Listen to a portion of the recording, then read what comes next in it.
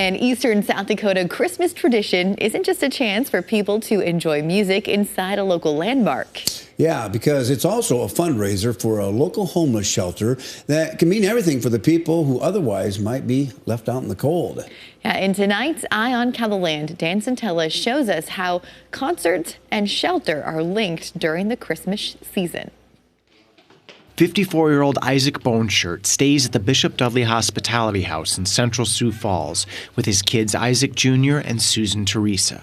Too late in my years to be taking care of kids by myself. But I'm doing it. Yeah, is it tough? Oh, it's been tough all the time.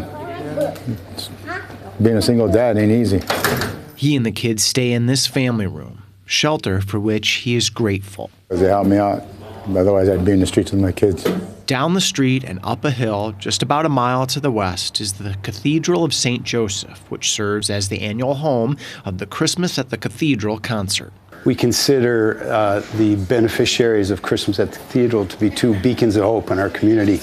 One is the Cathedral. It's a civic landmark. You know, you just look up on the hill and it's a beacon of hope. But also the Bishop Dudley House is a beacon of hope, especially for the most vulnerable in our community. Mark Konzemius brings the people together who perform the concert, a concert which means shelter. The proceeds from the concert, thanks to our really generous sponsors every year, all of the money from the ticket sales goes to endowments for the ongoing care and maintenance of these two beacons of hope. Christmas at the Cathedral is also a concert about shelter. The way I think of, Jesus being born into a homeless situation, they had no place to stay and ended up in a cave with animals. Christmas time and the songs that celebrate it are often joyful, upbeat, and hopeful. A visitor might find similar themes at the Bishop Dudley Hospitality House. It's a shelter and they're homeless, but they are not joyless. There is a lot of joy here. Executive Director Madeline Shields says around 200 people stay here every night. It's very busy, and we have lots of wear and tear on our building. We have lots of repairs that need to be done. We need lots of supplies. And so this is a wonderful event that benefits the upkeep of this building. The Bishop Dudley Hospitality House is set to open up a new facility for families next year. In the new facility, we're going to have 2 and 3 room units. There's a very large cafeteria. There'll be a homework room. There is a meditation room.